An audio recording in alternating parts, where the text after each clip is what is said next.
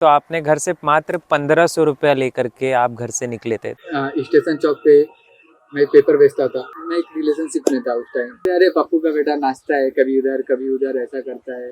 मिथुन दा पूछेंगे कि वो सेक्सी लगती है उसकी लिप्स। नमस्कार दोस्तों, स्वागत है आपका बातचीत के 8वें एपिसोड में। This video is sponsored by MB jewellers. आज के इस वीडियो में जिन्हें हम कास्ट करने वाले हैं भाई, वो मोटिवेशन की दुकान है, भागलपुर की शान है, हुनरबाज, देश की शान के विजेता आकाश सिंह। आज उनसे हम करेंगे बातचीत, जानेंगे उनके एक्सपीरियंसेस को, उनसे कुछ सीखेंगे और ये सुनेंगे उनकी कहानी राइट फ्रॉम द स्क्रैच। तो चलिए मिलते हैं आकाश सिंह से। तो सबसे पहले तो बहुत बहुत स्वागत है भाई, थैंक यू। और मुझे विश्वास नहीं हो रहा, आपको टीवी पर देख रहा था, आज आप मेरे साथ बैठे हुए हैं। मुझे भी विश्वास नहीं हो रहा है, तुम इतने लोग का इंटरव्यू लेते हो, आज मेरा इंटरव्यू ले रहे हो। मैं बहुत नर्वस हूँ। मैं बहुत नर्वस हूँ, सच बता रहा हूँ। नहीं पूछोगे पता नहीं। तो आकाश भैया से अभी करेंगे बातचीत। हुनरबाज, देश की शान, कैसा रहा सफर? सबसे पहला सवाल। वो सफर एक मायने में बोले तो बहुत डरावना भी था, और एक बोलते हैं ना कि लाइव बनने वाला एक सुनहरा मौका भी था वो। तो मुझे एक डर का भी सामना करना पड़ा, और अपना जो एम था, जो मेरा सपना पूरा करने का था, वो भी पूरा करना पड़ा मुझे। मतलब इतने छोटे गांव से निकल करके इतनी बड़ी इंडस्ट्री में जाना, तरह तरह के लोगों को देखना, बहुत लोगों को एटीट्यूड, ईगो, ये सब फेस करने को मिला आपको? मुझे बहुत फेस मिला। हर दिन मुझे किसी न किसी चीज़ से फेस करना पड़ता था वहाँ पे। चाहे कोई लड़का हो जो अच्छा डांस करता हो उससे, या किसी से बात करने में, क्योंकि मैं उतना बात नहीं कर पाता, तो उस टाइम बहुत नर्वस रहता था मैं कि पता नहीं क्या होगा नहीं होगा। तो ऐसे बहुत मेरे सामने सिचुएशन आए जिससे मुझे डर लगता था, किसी से फेस करना पड़ता था। तो फिर भी कुछ नहीं, धीरे धीरे अगर कुछ सपना चाहे हो पूरा करने के लिए, तो ये सब डर हो या फिर बोलते हैं ना कि किसी से फेस करना हो, कोई अच्छा डांस कर रहा है उसको फेस करना है। मेरे शो में बहुत सारे टैलेंटेड लोग थे जो कि इंडिया गॉट टैलेंट के विनर हैं, इंडिया गॉट टैलेंट के फाइनलिस्ट है, कोई डांस प्लस के फाइनलिस्ट है, कोई अमेरिकाज गॉट टैलेंट से आया है। ऐसे बहुत सारे लोग थे मेरे शो में। एक मैं ही बंदा था जो कि पहली बार शोज कर रहा था, और मेरे शोज में सारे लोग कोई ना कोई शोज 2 बार 3 बार बाहर के विदेश के शोज कर चुके हैं। तो डर भी लगता था, लेकिन नहीं, अगर सपना लेके चले हो, उस डर से ही एक्सपीरियंस मिलता है कि सही बात ठीक है, चलो डर डर के आगे पता चलता है कि अरे नहीं, कहावत है ना, डर के आगे जुनून नहीं छोड़ना है। क्या होगा, हारेंगे फिर या तो हारेंगे या तो सीखेंगे। हाँ।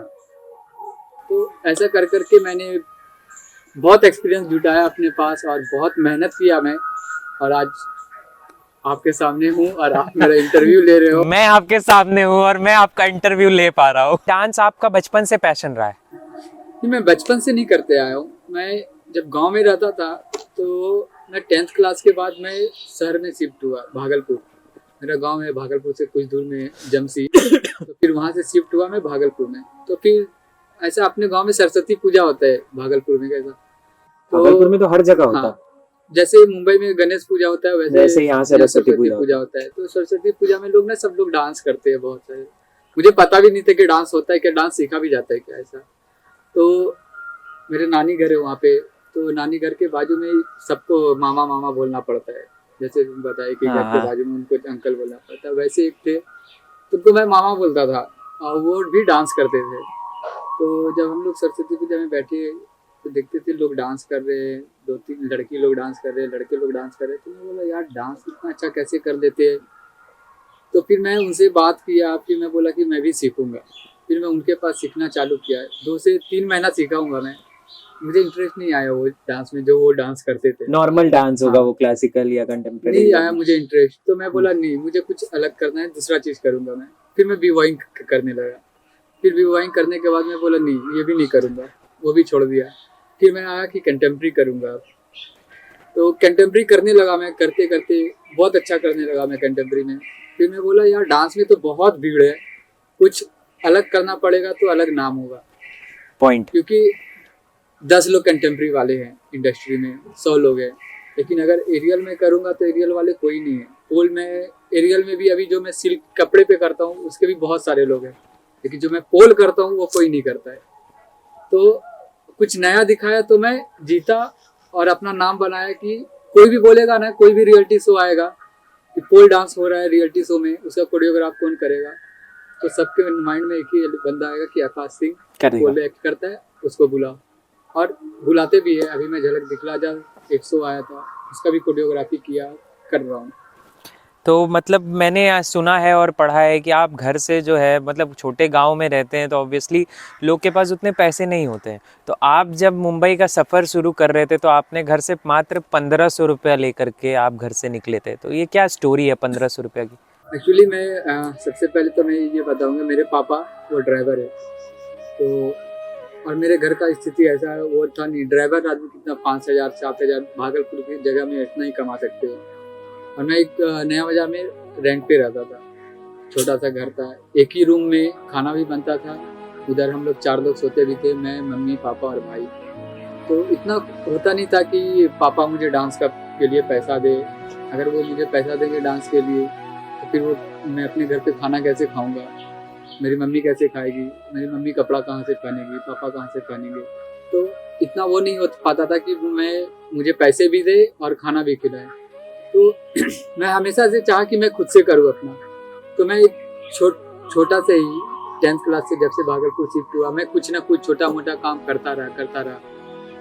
मुझे अभी भी याद है, मैं स्टेशन चौक पे मैं पेपर बेचता था। पेपर बेचते थे? पहले मैं हिंदुस्तान एक प्रेस है, हिंदुस्तान प्रेस, तो तिलका मांझी चौक पे पेपर का वो रहता है सुबह हाँ। 2-3 बजे के लमसम जाओगे तो फिर 3 से 6 बजे के बीच में देखोगे उधर पेपर बांटते हैं लोग। हाँ। साइकिल वाले को देते हैं कि हाँ ये साइकिल वाले को इतना, ये साइकिल वाले को इतना। तो मैं पहले हिंदुस्तान में करता था। अच्छा। वहाँ पे बैठता था रोड पे, ऐसा उसका पॉलिथीन होता है ना जो हाँ। ट्रेन वेन में सफर हाँ, करने के लिए सोते होता हैं है, लोग। तो उस पे मैं बैठ के हम लोग पेपर गिनते थे। और भी जो पहचान के थे वो लोग भी थे, तो पेपर गिनते थे कि हाँ ये वेंडर को इतना देना है, इसको इतना देना है। फिर जो आता था ना पैम्पलेट की, हाँ, उसमें पैम्पलेट पेपर में डालना है, पैम्पलेट हाँ। डालना है, वो सब डालता था। फिर मैं बोला नहीं यार मुझे मन नहीं लग रहा है। तो मेरा एक दोस्त दैनिक जागरण में स्टेशन पे करता था। मैं बोला यार मैं अकेला इधर पड़ गया हूँ, मुझे स्टेशन जाना है। तो फिर मैं वहाँ से स्टेशन शिफ्ट हुआ, मैं स्टेशन पे करूँगा। तो फिर मैं स्टेशन पे दैनिक जागरण में लगा और करने लगा। फिर धीरे धीरे पता नहीं, मुझे जॉब करने का वही नहीं था कि मैं जॉब करूँगा ही नहीं, मैं एक जगह टिक ही नहीं पा रहा था। दिमाग एक जगह स्थिर नहीं ऐसा रहता था। करता रहा। करने के बाद मैं एक जिम में ट्रेनर बना। जिम में ट्रेनर भी बने? उसमें मैं जुम्बा सिखाता था, एरोबिक्स सिखाता था।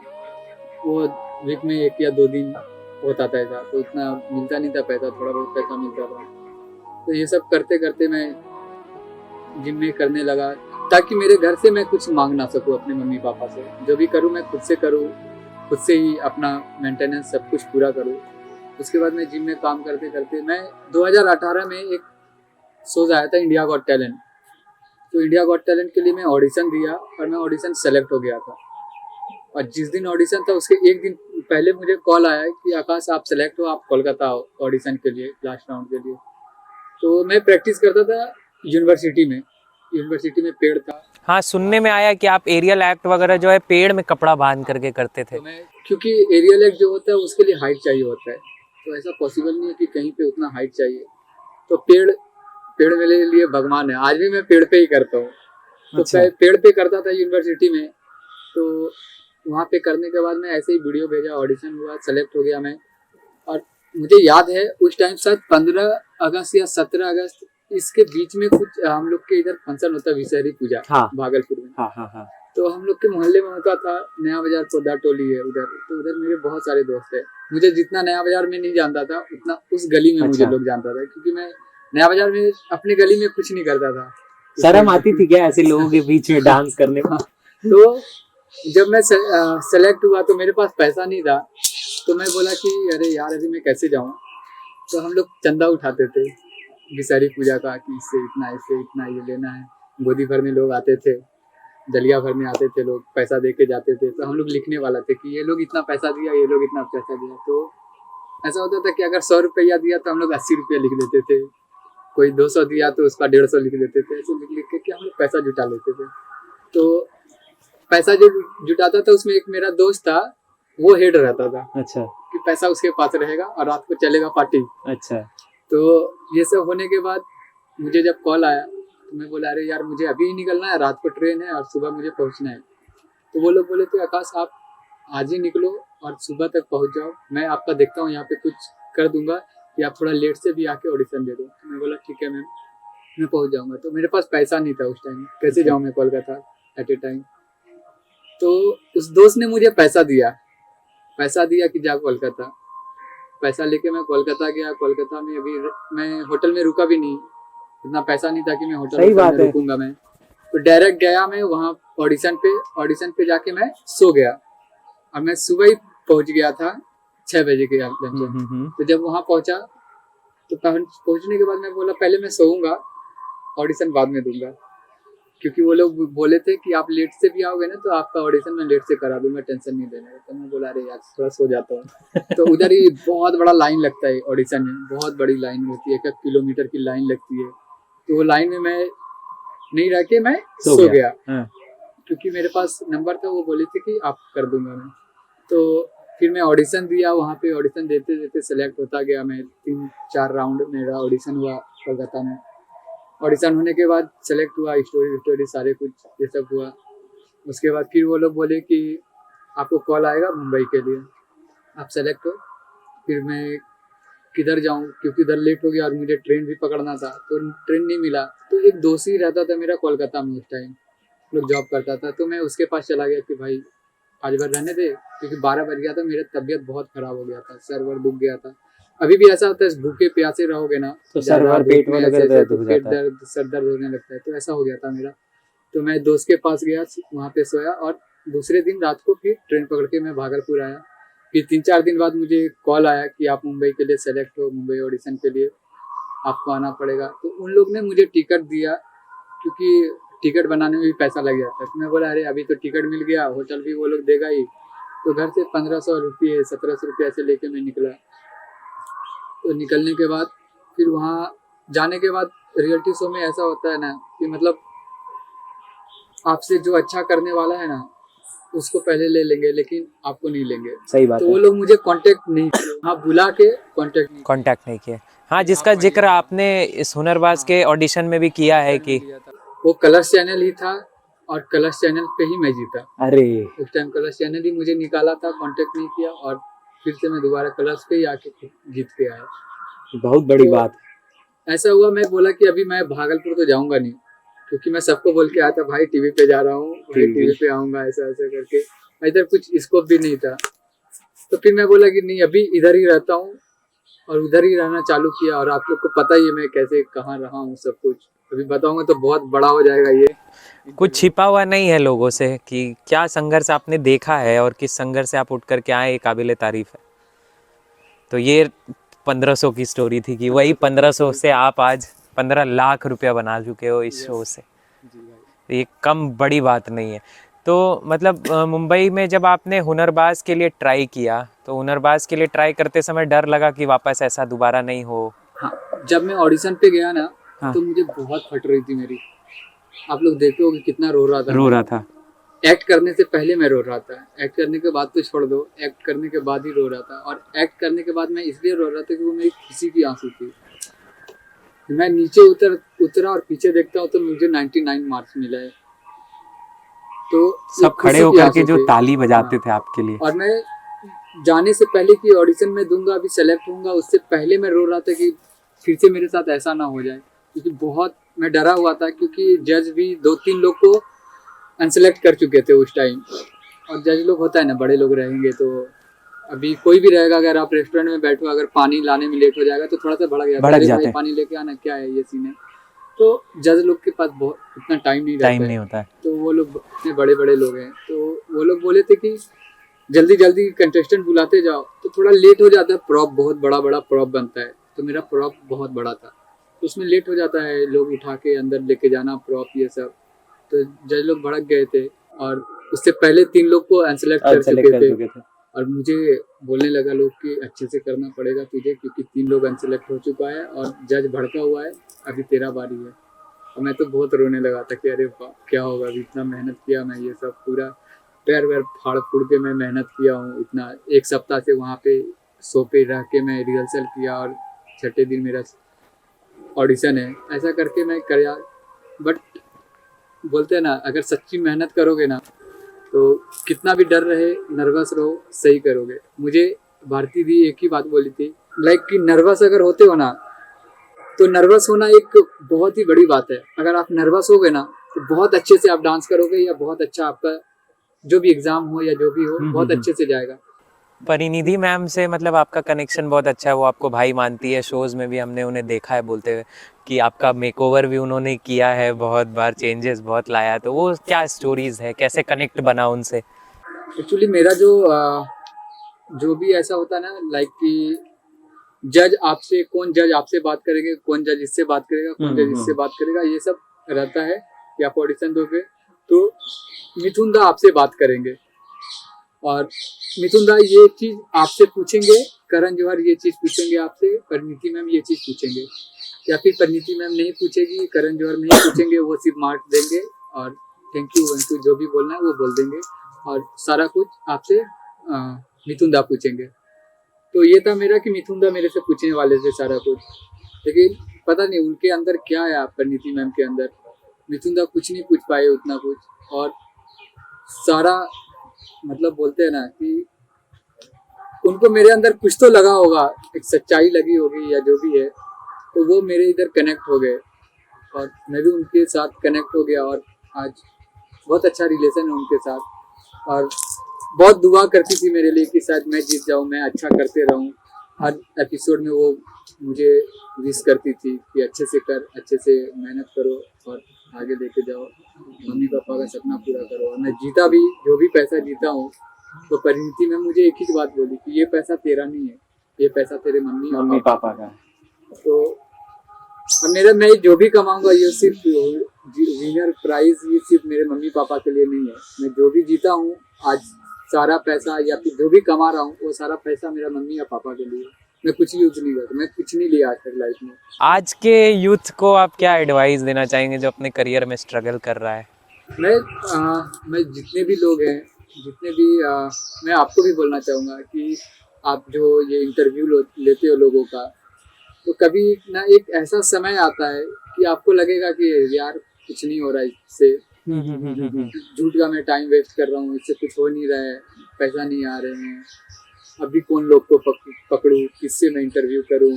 ऐसे एक टाइम आ जाएगा कि आपको लगेगा, या फिर आ चुका होगा, आते रहता है, ऑन एंड ऑफ आते रहता है। तो एक टाइम आ जाता है जिसमें लगता है कि नहीं यार, अभी मुझे नहीं करना, अभी छोड़ के, अभी मुझे कमाना वमाना है, जो भी पैसा मिले, कि ना मैं कमा रहा हूँ ना मैं खा पा रहा हूँ अच्छे से।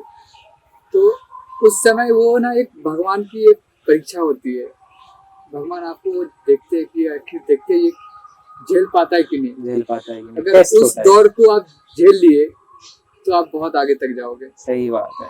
तो मेरे अंदर था, मैं झेल लिया उस चीज को, तो मैं आज यहाँ तक जो भी हूँ, छोटा मोटा जो भी बना मैं यहाँ तक हूँ।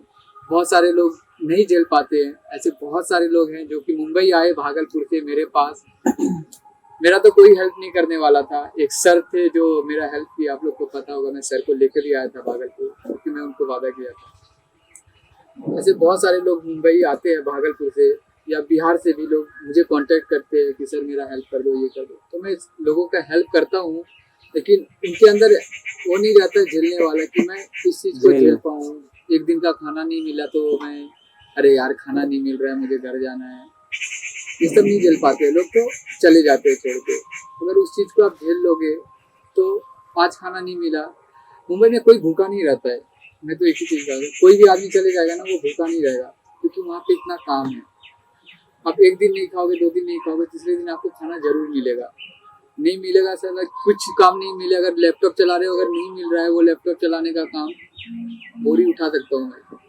आज अगर मैं जो भी जीत के अगर मुझे काम नहीं भी मिलेगा ना, तो मैं बोरी भी उठाऊंगा, फिर से और मेहनत करूंगा, मैं इन्हीं बोरी उठा के और पैसे कमाऊंगा और मेहनत करके मैं फिर से और आगे जाऊंगा। ये जज्बा काबिले तारीफ है, काबिले तारीफ है। इस स्टेज पे पहुंचने के बाद भी अगर आपके अंदर ये चीज़ है कि आप इतना ऊपर आ गए, इतना मेहनत करके, और फिर आप वहां जाने के लिए तैयार है, तो ये बहुत बड़ी बात है। बहुत कुछ सीखने को मिल रहा है आपके स्टोरीज के। आपको वर्ष सबसे क्या सुनने को मिला अब तक, सबसे ख़त्म बात या ख़राब बात, या जो आपके दिल को चोट पहुँचाई हो? ऐसे तो मुझे सबसे ज़्यादा गांव में ऐसा सुनना पड़ा कि अरे हम लोग के गांव में ना अभी डांस वांस का उतना नहीं है। अभी हाँ। मैं आ गया ना, तो अभी ऐसा लग रहा है कि अभी मेरा बच्चा भी डांस करेगा, मेरा करेगा, बच्चा भी हाँ। सिंगिंग करेगा, ये सब करेगा। बट उस टाइम कुछ नहीं था। अरे मेरा पापा का नाम राजकिशोर सिंह है, घर पे लोग पप्पू बोलते हैं। तो बोलते हैं अरे पप्पू का बेटा नाचता है, कभी उधर कभी उधर ऐसा करता है। कोई बोलता है उधर यूनिवर्सिटी में पढ़ा रहता है, दिन भर पढ़ने नहीं जाता है, पढ़ने नहीं जाता, लाइफ में कुछ नहीं करे। मेरे फैमिली रिलेशन वाले भी वैसे ही बोलते थे। रिलेशन वाले ज्यादा बोलते थे कि अरे इस एकरो बेटा तो बिगड़ी गए है, कुछ नहीं करे, चाहे खाली लफुआ जैसा इधर घूमे, चाहे इधर ही करे, चाहे ऐसा बहुत बोलते थे। बट मुझे कोई फर्क नहीं पड़ता था, मेरे मम्मी पापा को भी नहीं पड़ता था। पूरा सपोर्ट रहता था उनका। मेरे मम्मी पापा पहले सपोर्ट नहीं करते थे, जब मैं जिद पे आ गया कि मुझे करना ही है तो वो सपोर्ट करते थे कि हाँ कर, बट पढ़ाई भी कर। बट मैं पढ़ा, ग्रेजुएशन किया, लेकिन क्या पढ़ा पता नहीं। तो स्कूल कॉलेज के टाइम में आप सिर्फ पेड़ पे लटकते थे या रोमांस वोमांस अफेयर वफेयर भी था? मेरा जब मैं इंडिया गॉट टैलेंट जब सेलेक्ट हुआ था 2018 में, तो वो एक बोलते हैं ना, एक गाना आता ठुकरा के मेरा प्यार मेरा इंतकाम देखेगी। तो मेरा मैं एक रिलेशनशिप में था उस टाइम। एक गर्लफ्रेंड थी मेरी, SM कॉलेज के पास उसका घर था। तो मैं वहाँ पे मतलब बहुत अच्छा रिलेशनशिप था हमारे बीच। तो बोलते हैं ना कि मैं कुछ नहीं कर रहा, तो वो बड़े घर की बेटी थी। तो ऐसा एक टाइम आया कि उसको लगा कि नहीं, ये सही बंदा नहीं है, इससे दूर होना चाहिए। तो उसके फैमिली वाले उसको दूर कर दिए, उसके घर वाले। मेरा ब्रेकअप हो गया। अच्छा। और ऐसा होता है ना कि जिसके साथ आप दिन भर रह रहे हो, जिससे डेली मिल रहे हो, जिससे डेली बात कर रहे हो, अगर एक दिन वो ना मिले, उससे बात ना हो, तो बहुत अंदर में बहुत तकलीफ होता है। तो वैसे मुझे बहुत खटक रहा था, मैं बहुत ज़्यादा मतलब एक पागलपन के दौर में आ गया था मैं उस टाइम। अच्छा, वो एक बुरा फेज चल रहा था आपकी लाइफ फेज का। था मेरे पास कि मैं क्या करूँ। मतलब ऐसा लगता था ना कि सब खत्म हो गया, सब खत्म, मतलब आप मान चुके थे कि वही थी जो थी हाँ, जिंदगी मेरी। ऐसा था कि वही थी। बहुत सच्चा प्यार करता था मैं उससे। तो ऐसा एक अचानक से ऐसा लगा कि सब खत्म हो गया, बट फिर भी मैं हार नहीं माना। ऐसा ना, मैं बता रहा हूँ, उस लड़की के चलते मैं रोड पे बैठा हूँ कि प्लीज एक्सेप्ट कर लो, अभी भी ये कर दो। उसके भाई ने मुझे पकड़ा कि ये कर दूंगा, वो कर दूंगा। फिर भी मैं वो करा कि नहीं, मैं उसे ट्यूशन तक जाता था कि प्लीज माफ कर दो, मैं करूंगा, अच्छा कमाई करता हूँ, मुझे थोड़ा टाइम दे दो। वो टाइम दी थी मुझे कि मैं दिसंबर तक का टाइम देता हूँ, और अगस्त में ही मैं इंडिया का टैलेंट सेलेक्ट हो गया था। लेकिन उसके पहले ही वो मुझे लगता है कि 1 महीना पहले वो मुझसे ब्रेकअप हो गया था उनका। बहुत बुरी तरह से मैं ना एक पागल जैसा हो गया था, मतलब रोड पे अपने आप में बोलना, ऐसे करना। तो ऐसा बहुत सारा ऐसा हो गया था, मतलब कि लोग मेरे से बात नहीं करते। एक सच्चे दौर में चला गया था, पागलपन के दौर में मैं सच्चा चला गया था, दवा हुआ सब चलाने। तो मैं क्या करता था, जब मुझे ऐसा लगता था कि मेरे अंदर की अरे यार ऐसा हो रहा है, और मैं जाके यूनिवर्सिटी में प्रैक्टिस कम करने लगा, और मैं ना फोन पे बात करके बहुत चिल्लाने लगा, रोने लगा कि प्लीज एक्सेप्ट कर लो, ये कर लो। मतलब चिल्लाता था जोर जोर से, सवार हो मुझे गया ना था। प्लीज एक्सेप्ट कर लो, छोड़ो मत, ऐसा बहुत किया, मैं बहुत तकलीफ झेला मैं उसके लिए। लेकिन फिर मैं अपने आप को मोटिवेट किया कि नहीं, कुछ करना पड़ेगा। तो उस पागलपन में भी मैं दिन को प्रैक्टिस करता था। अब दिन को प्रैक्टिस करते करते मैं बोला कि नहीं, अभी 8 घंटा प्रैक्टिस करता हूँ, अभी 12 घंटा प्रैक्टिस करूँगा। रात को भी प्रैक्टिस करने लगा ताकि उसकी याद ना आए मुझे, और मैं दिन रात प्रैक्टिस करना। मैं सोचता हूँ रोंगटे खड़े हो जाते हैं। मैं सुन रहा हूँ तो मुझे महसूस हो रहा है कि क्या हुआ होगा, आपने तो झेला है। मुझे उसकी याद ना आए, इसके लिए मैं दिन रात मेहनत करने लगा। मेहनत करके 1 महीने में मैं इतना परफेक्ट बनाया आपको। मैं इंडिया का टैलेंट सेलेक्ट हुआ था और मुंबई बुलाए, बट उस टाइम नहीं हो पाया। कोई नहीं, उस टाइम शायद इतना परफेक्ट नहीं था मैं, तो नहीं हो पाया। सबको समय से मिलता है, जिसका जो समय रहेगा मिलने का वो समय से मिलता है। मेरा समय था अभी मिलने का, तो मिला। अभी ऐसा नहीं है कि मुझे पता है, अरे सब बोलता है, ये कहावत है कि सबको समय से मिलता है। जब मेरा समय आ गया तो मिलेगा। मैं घर में बैठता हूँ, घर में बैठे करता हूँ, तो ऐसा नहीं होता है। आपको अगर ऐसा कहावत है तो उसके लिए आपको मेहनत करना पड़ेगा, तभी आपको समय से मिलेगा। मेहनत तो नहीं करोगे अभी तो भी नहीं मिलेगा। जैसे उनसे कांटेक्ट है? नहीं, मेरा उसके बाद से कभी कांटेक्ट ही नहीं हुआ। और शायद अभी अगर वो कांटेक्ट भी की होगी तो पता नहीं, वो मेरा जो पुराना नंबर है वो सब चेंज हो गया था, या फिर जो पुराना नंबर और दूसरा था वो मेरी मैनेजर के पास है। तो ऐसा हो गया, कॉल की होगी तो आई डोंट सच नो में कहानी सच हो गई, ठुकरा के मेरा प्यार। जो भी था। और मैं उस टाइम बोला था कि या तो लड़की घुमाऊंगा बहुत ज्यादा, हाँ। या तो IAS IPS बनूंगा। IAS IPS तो बनना लिखा नहीं था, बट बनना लाइक कुछ और लिखा एक है। ऐसा था, मतलब एक जो कहावत है कि IAS IPS बनता है लोग। देख बिल्कुल आपके मतलब देखती तो आपको होगी ही, अभी इतने आपको ऐसा लेवल पे आप गए कि आपके आपको देखती होगी, आज भी वो मुझे सर्च करती होगी, आज भी मुझे वो स्टॉप करती होगी। बिल्कुल बट कोई नहीं, मैं वो होना भी जरूरी मैं था उस नहीं। टाइम भी सोचा था कि अगर 1 साल बाद भी अगर करेगी तो मैं कर लूंगा। बहुत दिनों तक भी मैं सोचता रहा कि नहीं, अगर अभी भी बोलेगी तो मैं कर दूंगा, उसके पास वापस आ जाऊंगा, लेकिन नहीं, अभी नहीं आ सकता मैं, क्योंकि उसको मेरे से नहीं, पैसे से प्यार था उसके घर वाले को। और मैं आज भी मैं बोलता हूँ, अगर मैं लाइफ में अगर मैं कभी शादी वादी भी करूँ, मेरा ऐसा कुछ इंटेंशन नहीं है कि मैं शादी करूँ, मुझे शादी से नफरत है, शादी वादी करने से। अगर लाइफ में अगर ऐसा आया समय कि मैं शादी करूँ, तो मैं किसी बड़े घर की लड़की से शादी नहीं करूँगा, मैं उस लड़की से शादी करूँगा जिसके घर में खाने की किल्लत है, उस लड़की से करूँगा, ताकि उसके घर को मैं खिला सकूँ। अरे बहुत बड़ा बात। बहुत दौर आया, लेकिन मैं हार नहीं माना खुद को कि अरे यार लड़की लड़की है। कुछ ऐसा करो जीवन में कि आपको इनके जैसे टीवी पे देखे। मेरे जैसे नहीं भाई, मेरे से अच्छा करो, मैं तो कुछ नहीं हूँ, मेरे से भी अच्छा बनो। तो कोई ऐसा फनी बहुत हो गई मतलब इंटेंस बातें, कोई ऐसा फनी मोमेंट जो आप एंजॉय करे किए इस दौर में? ये हम लोग शोज में बहुत इंजॉय करते थे, हम लोग मुंबई में बहुत इंजॉय किया, बट मुंबई में उतने मेरे दोस्त नहीं थे कि मैं इंजॉय कर रही हूँ। मैं भागलपुर में बहुत मस्ती किया हूँ, बचपन के बहुत ऐसे किस्से बहुत होंगे। ऐसे किस्से हैं कि किसी के भी शादी में घुस जाना, किसी के भी शादी में खाना खा के आना, तो मारपीट करना। अच्छा। बहुत किया करता था पहले बचपन में, लेकिन सब बचपना था, ये सब अभी नाम के आगे टैग लग गया है। तो अभी मैं ना आपके सामने कुछ ऑप्शंस रखूंगा, आपको चुनना है दिस और दैट। खटिया पे सोना है या बेड पे सोना? सोऊंगा खटिया पे। खटिया पे। सत्तू या चाय? सत्तू पी के मैं जाता हूँ प्रैक्टिस करने। अरे वाह। पाव भाजी या मोमोज? मैं पाव भाजी खाऊंगा। मोदी जी या योगी जी? मोदी जी। और फिर मैं आपसे ये कुछ ऑप्शंस मतलब ऐसे फेवरेट एक्टर आपका कौन है? हाँ, मेरे फेवरेट एक्टर सोनू सूद है। सोनू सूद सर। वो फेवरेट एक्टर भी है और फेवरेट इंसान भी है वो। Favourite actress? मिर्जापुर में एक गोलू की बहन थी वो। शैली पालोंगर ऐसे करके कुछ नाम है उसका। गोलू की बहन। वो मुझे अच्छी लगती है, वो सेक्सी लगती है, उसकी लिप्स। अरे और इंस्पिरेशन आपके लाइफ का मतलब जिसको देख करके आप इंस्पायर हुए अपने फैमिलीज में किसी को या घर पे? 3-4 लोग हैं, जैसे एक मेरे जो सर है देश पांडे सर, उदय देश पांडे सर, वो प्रतीक दा। एक ऐसा मतलब कहावत जो आप कहना चाहेंगे लोगों को इंस्पायर करने के लिए, जो शायद आपके जर्नी के थ्रू भी आप उस चीज को फेस किए हो, कोई ऐसा कोटेशन?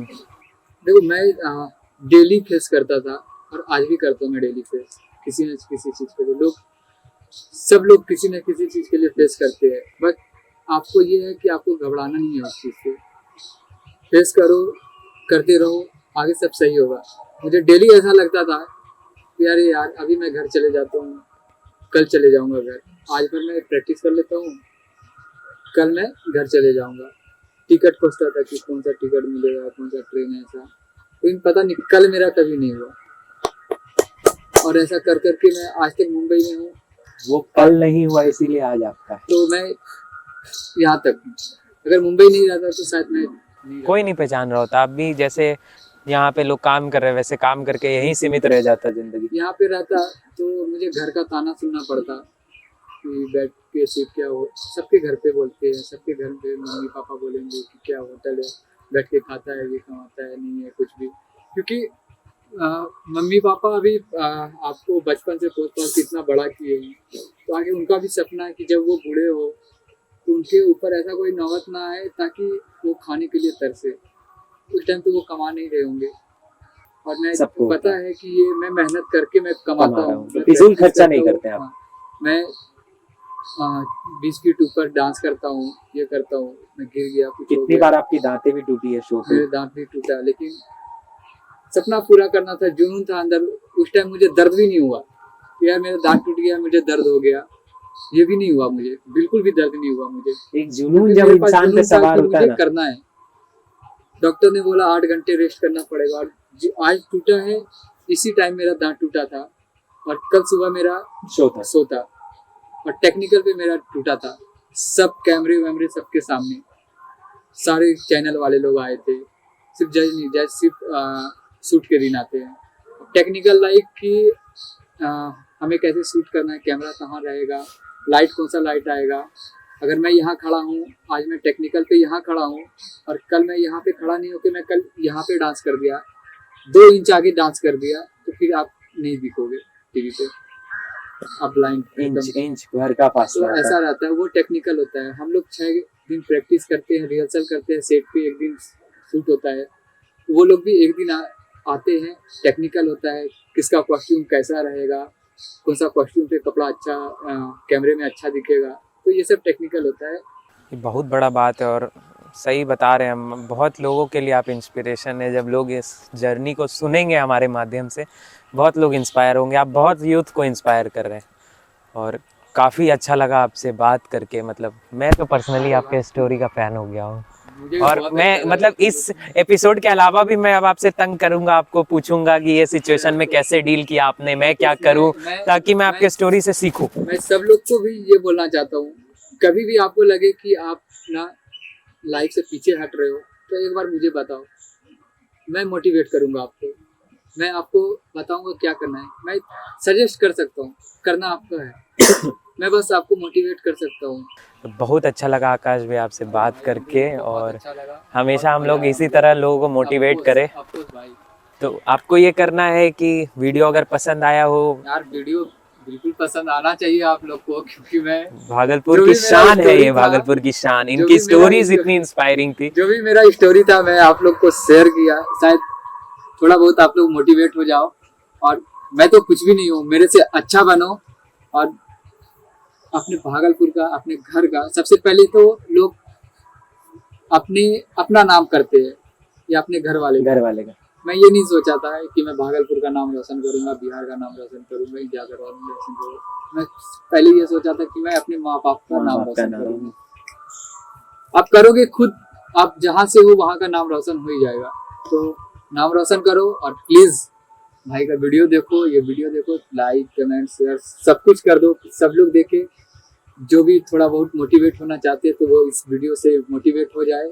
और भाई जब भी कभी भी अगर इंटरव्यू लेना हो तो मुझे कॉल करना, जरूर वापस आऊंगा आपसे। अब रेगुलर बातचीत होते रहेगा, आप कहीं भी रहेंगे हम लोग कनेक्ट बिल्कुल रहेंगे। थैंक यू, आपने अपना कीमती वक्त मुझे दिया, ये बहुत बड़ी बात है।